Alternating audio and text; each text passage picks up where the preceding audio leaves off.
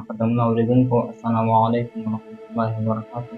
درته وکړي چې راته روغ جوړ او د عافیت جامه مو په تن اوسېږي. نو عزیزانو، غواړم نن تاسو ته یو مهمه موضوع چې موږ او تاسې هر ورځ له هغه سره مخامخ کېږو درته بیان کړم چې هغه اودس ده. اودس اصلي شرط د لمانځه ده. چېرته اودس صحیح نه اوسېږي نو زموږ لمونځ هم نه صحیح کېږي.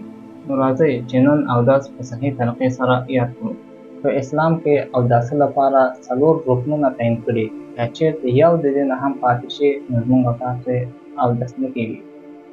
اول مینځل د مخ دی، د تندي نه شروع تر زنې لاندې پورې، او د یو غوږ د نرمي نه تر بل غوږ نرمي پورې. دوم پرېمنځل د دواړو لاسونه تر څنګلو پورې. درېیم ماسه کول د سر یو د څلورمې حصې نه. څلورم پرېمنځل د دواړو پښو تر بوجلکه پورې. دا هغه ارکان دي چې په اوداسه کې باید حتما ورته دقت وکړو. خو 3 خبرې په ذهن کې وساته. اول، اوبه باید ټولو غړو ته ورسېږي. دوم، په پوستکي باندې داسې څه نه وي چې د اوبو مخه ونیسي. درېیم، اودس باید د کوم شي لخوا باطل شوی نه وي، لکه وینه او خروج د نجاست. نو ګرانو ورونو، خویندو، راځئ چې خپل اودسونه په پوره دقت او اخلاص سره وکړو، ځکه چې لمونځ بې له اودسه نه صحیح کېږي. دا اوس زموږ نننی درس. د بل درسه پورې مو الله سبحانه وتعالی ته سپارم. السلام علیکم ورحمة الله وبرکاتہ.